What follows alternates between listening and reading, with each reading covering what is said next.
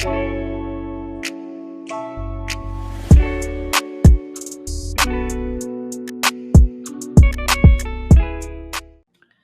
is it going, Bears fans? Welcome back to another episode of the Bear Down podcast, where we talk everything Bears every day of the week. Today, or shall I say tonight, or shall I say this morning, we are back reacting to the Bears' 24-10 Week 7 loss against the Los Angeles Rams. A complete meltdown on Monday Night Football, but we are always here. Win or lose, this team is still 5-2, and we're going to break down the game for you. I'm your host, Chris Malpe, and today to break down this pitiful loss, I am joined with both of my co-hosts, Parth and Jaylen McClinton. Guys, how's it going? It's disappointing to see the team lose like that, especially on prime time. Did not expect that to happen, but here we are. And it sounds like you're beating a drum in the background, so I don't blame you, Parth. But Jaylen, how's it going, buddy? It's a lot of stuff that I'm gonna definitely get off my chest. After watching this game, it was multiple times where I felt like we could have easily been able to stick in the game. Not even just in the third quarter, first quarter, second quarter, stuff like that. But we'll get on and we'll get into it.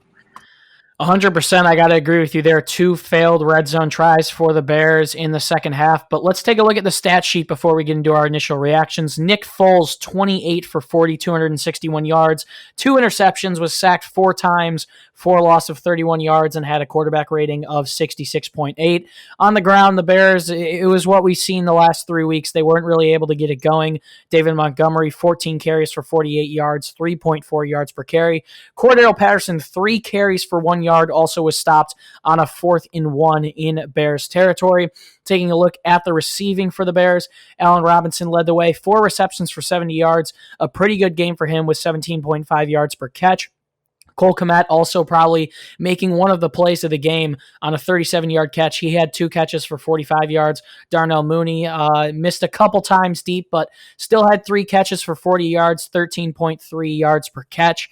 On defense, Eddie Jackson finally gets in for the lone Bears touchdown of the day. He also had 9 tackles and obviously the scoop and score. Roquan Smith, 8 tackles and a tackle for a loss. Barkevious Mingo with 5 and 2 tackles for a loss. Khalil Mack with a strip sack and 4 tackles. Taking a look at the Rams, Jared Goff had his best game versus the Bears in the last 3 years, 22 for 33, 219 yards, 2 touchdowns, only sacked once with a passer rating of 108. Darrell Henderson led the way, rushing 15 rushes for 64 yards. Brown also did get in for a touchdown. He had 57 rushing yards as well.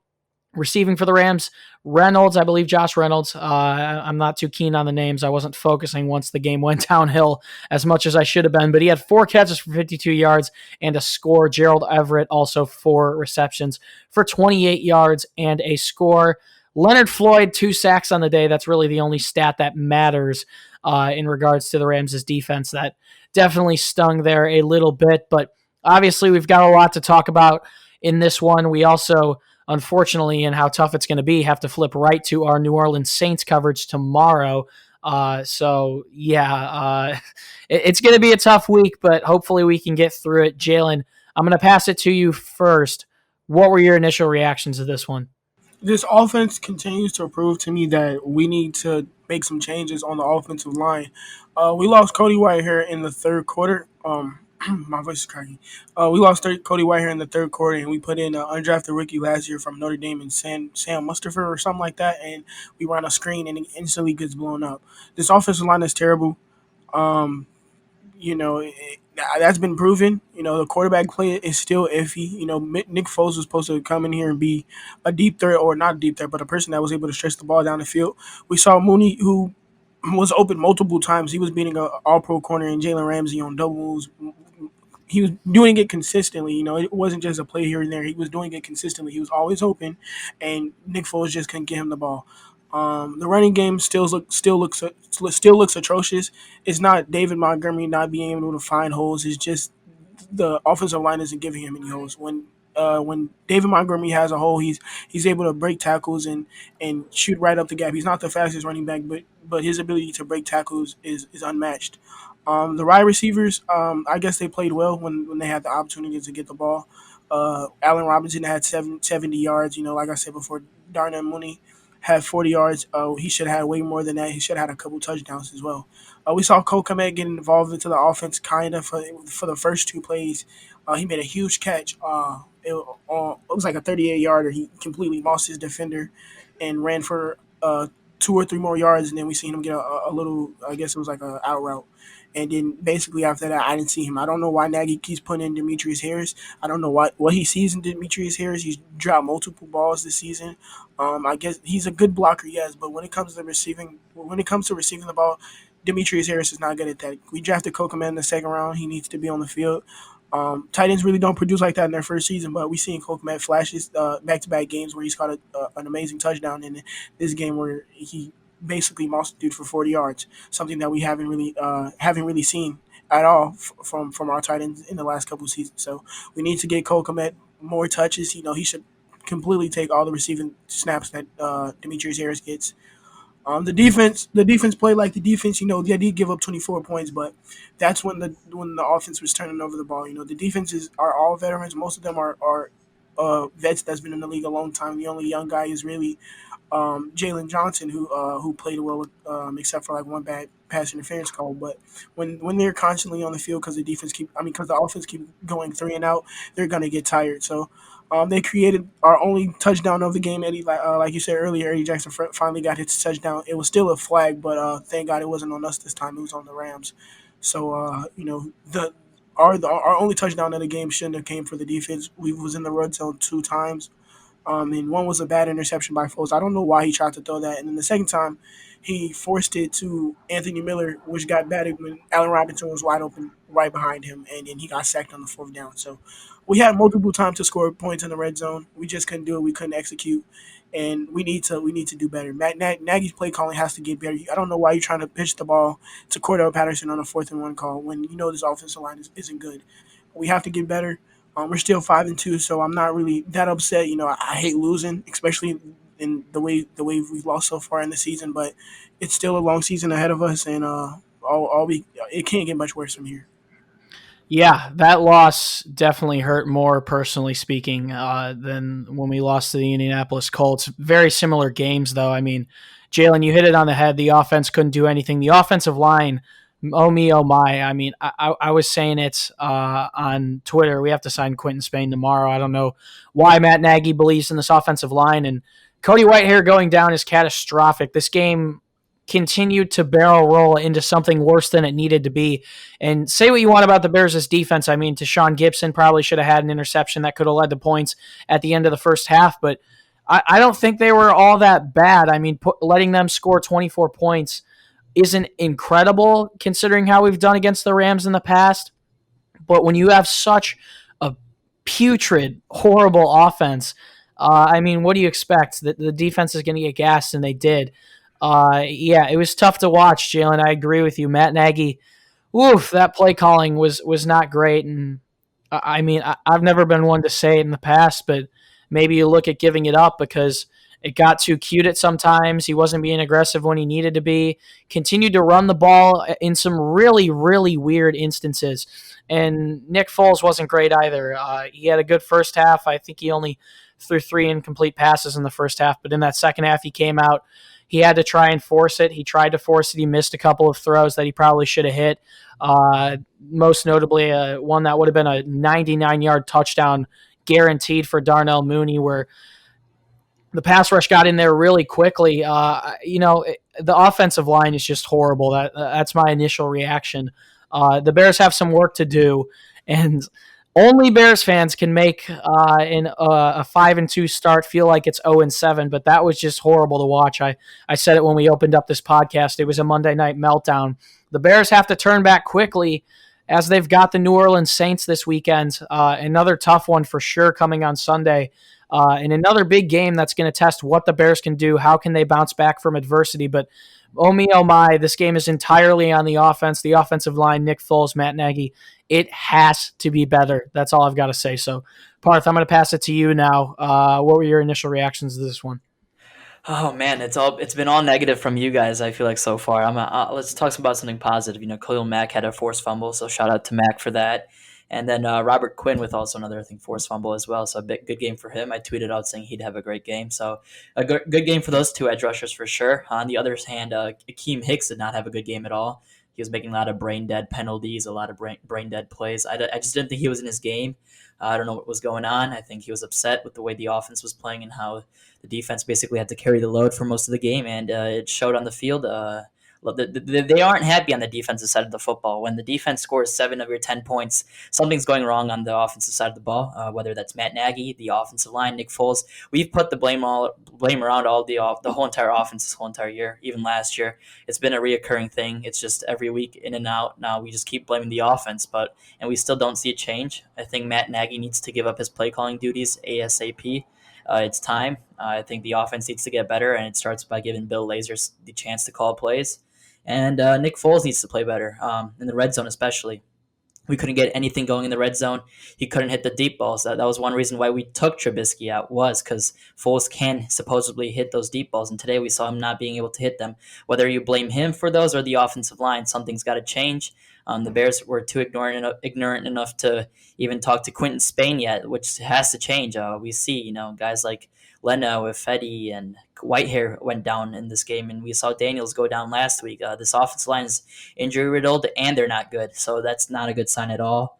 And we haven't been able to run the ball at all either. David Montgomery, 14 carries for 48 yards. This is, I think, 4 straight games under 50 yards for him. When is that going to change? If you want to win a game in the league, you got to be able to run the ball. If you see all these good teams these days, they're able to run the ball, and we just haven't been able to. Yeah, and you have to wonder if the pass game and the run game will be improved. I mean, I feel like if you put any quarterback under center in that instance, they're going to fail. Same goes with any running back, but you have to wonder if the Bears are going to be aggressive at the trade deadline. Obviously, coming up here on November 3rd, should be very interesting to see if they make any moves. Also, the offensive line, depending on what ends up happening with Whitehair, you could tell that they missed James Daniels tonight. Rashad Coward was getting beat a lot. Aaron Donald didn't have a huge day, essentially, but guys like Leonard Floyd did. So let's get into our offensive and defensive MVPs of this game. It's hard to give out some awards for this one, but we're going to start with the defensive side this time. I feel like it's only appropriate after that porous of an offensive game. I'm going to go first. My defensive MVP of the game, probably going to be different from what you hear with Parth and Jaylen, but I'm going to go with Jaylen Johnson.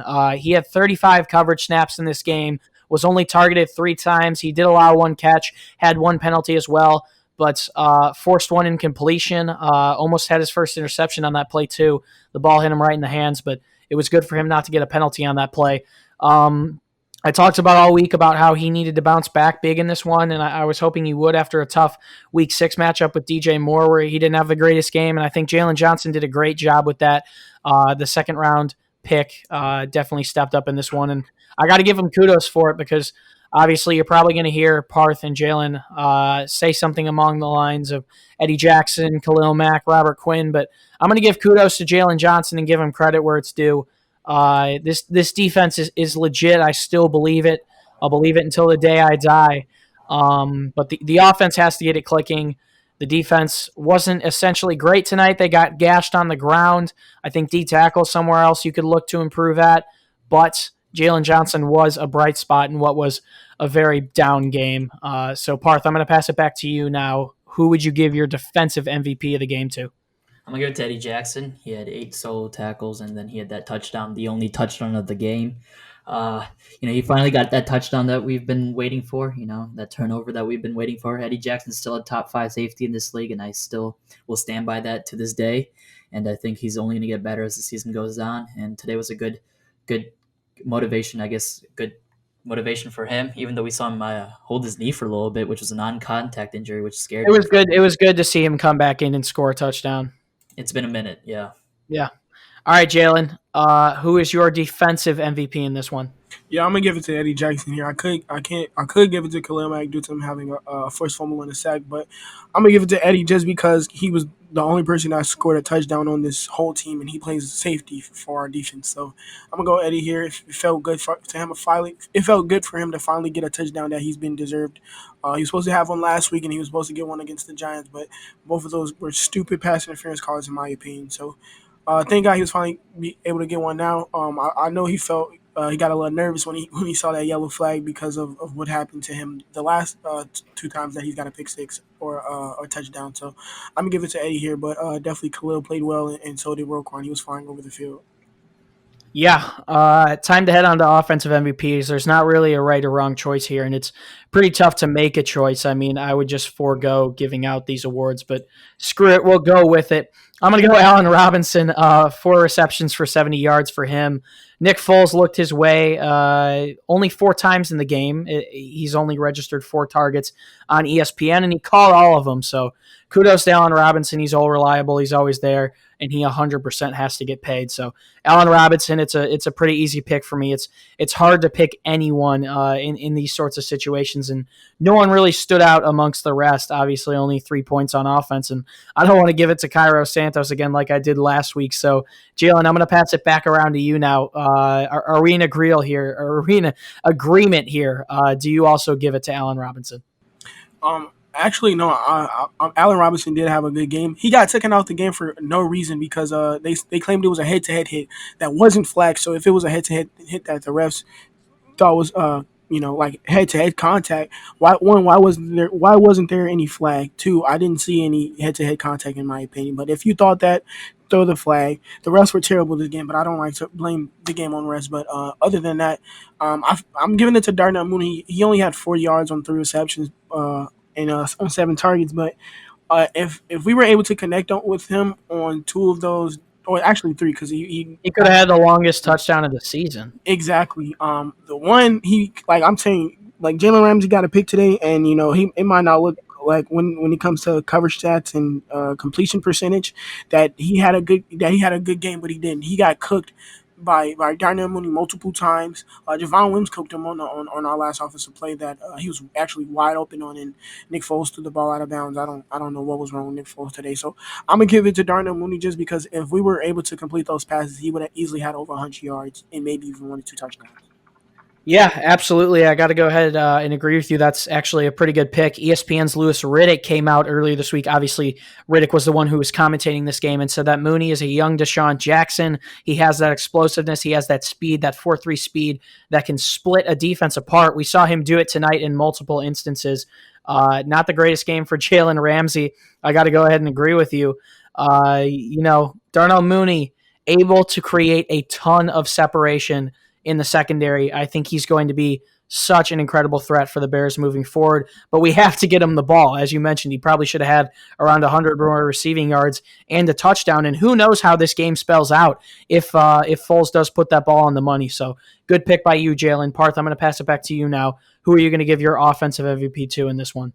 I'm going to give it to Cole Kmet. He had that incredible catch. I think it was in the first quarter. I thought the Bears had some life on the offense early, but as we saw in the game, there was no life. But yeah, he's been showing some incredible things. Hopefully, Demetrius Harris stops getting these unnecessary snaps because Cole Kmet should be, tight end 2 officially. I think he needs to be in the game at all times.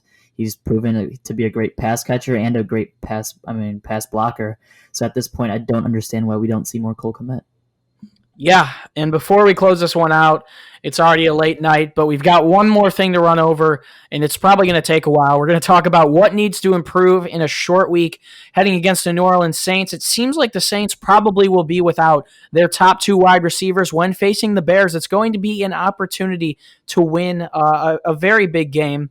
It seems like they're going to be without Michael Thomas, who's been dealing with some off-the-field issues, an ankle issue, now I believe a groin or a hamstring. Also, Emmanuel Sanders on the COVID-19 list. We saw the Panthers, who the Bears beat in Week 6. They had a close game, only lost by 3 points to the Saints last week. So it is a winnable game, as crazy as that sounds, if the Bears can get it back on track on offense. So I'm going to start off by saying I think a couple things need to improve. I don't expect Matt Nagy to give up play calling duties. That doesn't seem like him. He's been questioned about it in the past. I don't think it'll happen, but he has to use the tight ends better by all means. Number one, you have to get Cole Kmet in there for Demetrius Harris. Parth just noted on that. Demetrius Harris has been terrible. I wouldn't mind seeing him get cut if I'm being completely honest with you guys. Demetrius Harris has not been able to do much of anything whatsoever. Also, you have to put Jimmy Graham in when you're in the red zone. The Bears were in the red zone on that play that Nick Foles threw the interception on. It was kind of a ball that was a little bit batted up and I believe intercepted by Taylor Rapp. You have to have Jimmy Graham in the game there. I believe he's tied for first in the league in tight end red zone targets. Also also 4 touchdowns for him on the season, which is second in tight ends behind, I believe, only George Kittle. You have to use the tight ends better 100,000% of the time, Matt Nagy. Also, this isn't really a way to improve or anything, but you have to sign an offensive lineman this week or hopefully trade for someone.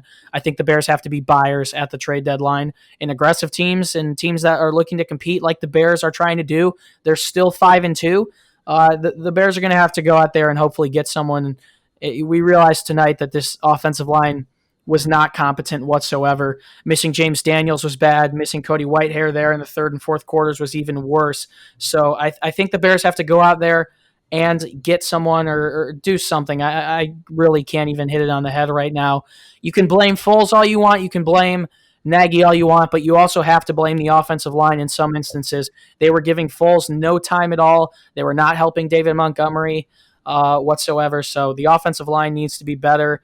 And I think the only way to do that is to add someone through free agency or through a trade. So, Parth, I'm going to pass it back to you now. What needs to improve before another, what seems to be right now, daunting matchup in Week 8 with the New Orleans Saints? Well, first of all, the offensive line has to improve. Nick Foles, I mean, you can blame him or the line, but he needs more time, regardless of who's back there at quarterback. Even if you put Mitch in the game, I don't think he can do much better with this offensive line. We saw that in the first couple of weeks.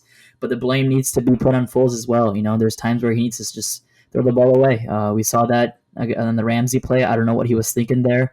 He tried to force a ball, which shouldn't have been forced, and same thing in the red zone. You cannot force a ball in the red zone. It was a really costly mistake. I think that's what basically ended the game, in my opinion. At that point, after that, I lost almost all hope of coming back. You can't do that. You're a veteran quarterback. You're there to make better decisions, and it's just inexcusable. Same with the running game. We got to get the run game going. I don't know how this is going to happen. We've seen it for almost 4 to 5 weeks. We haven't been able to get the run game going. Matt Nagy's offense has been exposed, I'd say. It's going to be tough to get this thing around. Hopefully we can get it around because this team has a lot of potential, especially with this defense, but the offense needs to step it up. And ironically enough, Matt Nagy just came out in his post-game presser and said Cole Kmet is about to get more playing time in this offense. So it looks like at least one of my wishes for what the Bears are going to improve upon will come true moving forward. Cole Kmet definitely deserves more play, but Parth, you're right. We're not going to be able to beat the Saints if we have no offense going. The offensive line needs to be better, and overall the unit needs to be more consistent because it seems like 40 games into the Matt Nagy tenure, we have no offensive identity. So, Jaylen, I'm going to pass it to you before we close this one off, and I'm sure you're going to take up a lot of time here, but what do the Bears need to improve upon if they want to give themselves a fighting chance, much less a chance to win, but a chance to be close in a game next week against the New Orleans Saints? We got to do a lot of stuff. Nothing really on the defensive side of the ball except tackle better. It's like games where we forget how to tackle. We did that against the Falcons and Lions, but we end up winning those games, so it might not be looked at like that. But this game, we were not be able to tackle at all. You saw Gerald Everett get not wide open, but he scored a touchdown because Tayshaun Gibson had probably a very easy tackle and he just missed him. Running game, we were missing a lot of tackles on Darrell Henderson. He was just bounces off our defensive linemen and linebackers. That's just on the defensive side of the ball, so not huge. Just continue to play what we do. Stop the passes, something we've been very good at, and get off the field on third downs and stuff like that, and also create turnovers because that's obviously going to help our offense when we're not able to move the ball down the field. Now, for our offense, we have to block. I think that's very obvious, something we can't do. Run block, something obvious that we can't do at all. Play calling has to be better. I love Nagy as our head coach. I will never say fire Nagy as our head coach because he's one of the best head coaches we had since probably Lovey, and that was early Lovey. We fired him in 2012, and that was after a 10-6 season. So he's probably our best head coach we had since Lovey. And his record alone is not going to get him fired anytime soon. But I definitely feel like he should give up the play calling. The play calling hasn't been very good the last 2 years. People say that the play calling was only good in his first season because it was gadgety. People didn't know what to expect. They have 32 games of your offense in the second year, and it's terrible. The play calling has to get better if we want to win games. We're 5-2.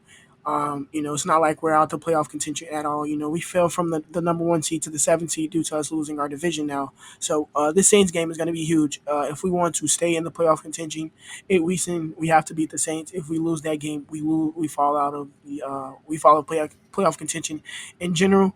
We have to sign a offensive guard. It has to happen. Maybe even sign two. Who knows? Sign Quinn Spain or trade for Kevin Zeitler. We have to trade for somebody. The trade deadline is next Tuesday, if I'm correct. So it's plenty of time for Pace to pick up the phone and make some calls, or just pick up somebody who got released last week, and Quinn Spain, who's been a very solid guard in this league. What else? Like I said before, You're just rambling on, man. yeah. At this point, man, I was screaming. I was trying to, keep my composure. But watching this game from start to finish, it was bad for me. I was just wearing my Khalil Mack jersey. I took it off because I thought it was bad luck and we scored a touchdown. So I'm not wearing that next week against the Saints. Uh, like I said before, get Demetrius Harris off the field on passing downs. When we're blocking, cool. He's a good blocker. He showed that, but he can't catch a ball. Put Cole Kmet in. We drafted him in the second round for a reason. He's our tight end of the future so far. He showed that he has the ability to catch the ball, something Demetrius Harris can't do, and make contested catches. So get him on the field. Nagy said he's going to do it, but we hear Nagy say a lot of stuff that he's going to do, and he doesn't do it. So hopefully he sticks to his word and does that.